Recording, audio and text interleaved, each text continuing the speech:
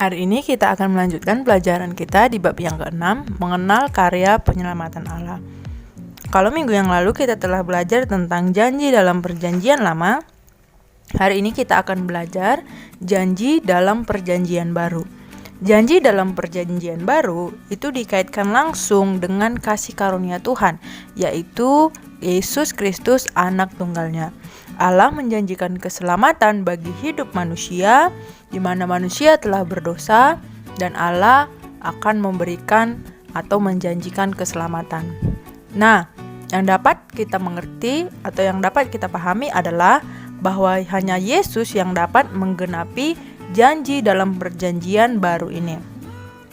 Kurban bakaran dalam perjanjian lama digenapi dengan kurban keselamatan dalam perjanjian baru.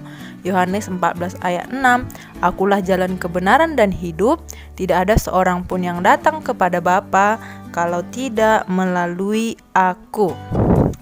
Next, pada saat kematian Yesus di kayu salib, tirai pembatas ruang Maha Kudus di bait Allah terbelah dari atas ke bawah.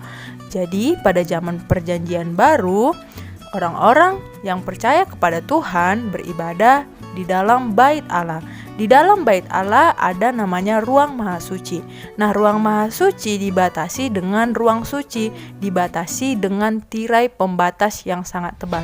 Nah, pada saat kematian Yesus di kayu salib, tirai inilah yang menjadi terbelah dan robek karena Tuhan mau menunjukkan bahwa setiap manusia atau setiap kita berhak untuk masuk ke ruang Maha Kudus.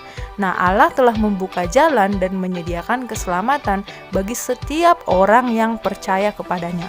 Pada zaman dahulu, orang yang masuk ke ruang Maha Suci hanyalah imam besar.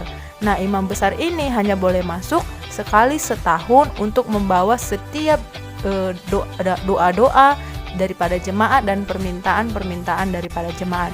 Tetapi di dalam perjanjian baru, Tuhan mau menunjukkan bahwa setiap kita pantas untuk masuk ke ruang Maha Kudus atau untuk menghadap Allah. Nah, tujuan karya penyelamatan yang Allah kerjakan semuanya itu bertujuan untuk manusia atau untuk keselamatan manusia. Dan Allah selalu menunjukkan dan berulang kali menyelamatkan manusia. Contohnya misalnya kelaparan di Betlehem dalam Kejadian 42, perbudakan di Mesir dalam Keluaran